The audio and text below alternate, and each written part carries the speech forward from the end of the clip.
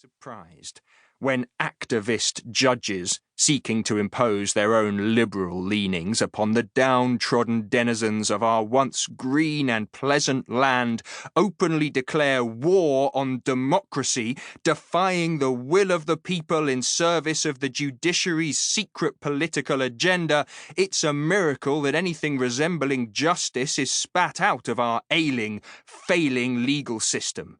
Enemies of the people, the lot of them.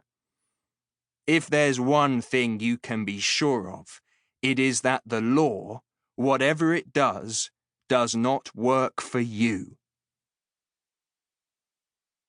The likelihood is that you will have heard something of the cases and themes above over recent years, whether in the press, on social media, or folded into the rhetoric of an earnest politician. The complaints are familiar and recurring. Unfurl a newspaper or click on a web link, and the evidence is compelling. The law, as some angry blogger once said, is broken. It was me, in my first book, The Secret Barrister, Stories of the Law and How It's Broken. If you haven't read it yet, I suggest you do so. Then this self-referential jokette will make more sense, although it will probably be no funnier. Except, of course, that every legal detail in those stories is untrue. They are examples of what a marketing mogul with a keen eye for neologisms might term fake law, distortions of legal cases and judgments spun and reformed for mass consumption. They represent a phenomenon that is far from new, but which, in an age when an errant headline can reach 1 million Twitter users in a single baited click, is becoming broader in scope, longer in reach, and exponentially more difficult to counter. And the above myths, and the thousands like them, are what this book aims to address. For, while most of us can equip ourselves reasonably well to critically assess news stories or commentary in many walks of life, legal stories throw up particular obstacles. Law is inherently, and often unnecessarily, complex and alienating to a non-legal audience. Finding the answer to a straightforward question, such as, "What does the law say about my right to defend myself in my home?" is not simply a matter of going to a conveniently labelled statute online and reading what it says. For one, we churn out new laws quicker than the government can publish them.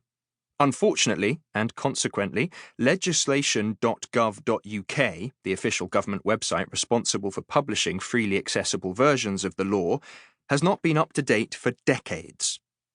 While there have been improvements in the last few years, the National Archives aimed to have all legislation updated by the end of 2020, at the time of writing, 2% of the statutes and statutory instruments, laws issued by ministers under powers granted by Acts of Parliament, on the website had outstanding effects marked on them.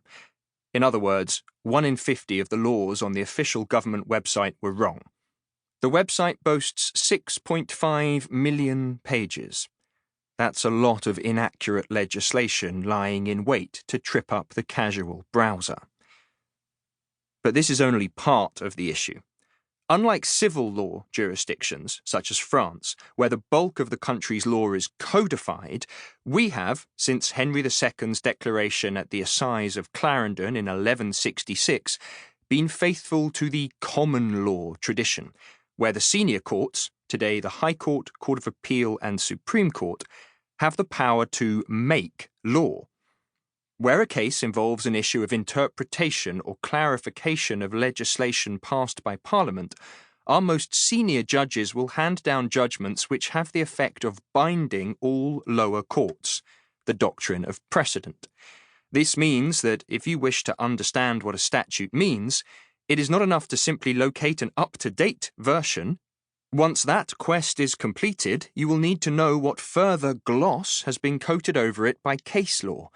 And accessing case law, let alone interpreting and extracting the esoteric legal principles judicially passed within, presents similar difficulties. The official provider of free, up-to-date online case law is the British and Irish Legal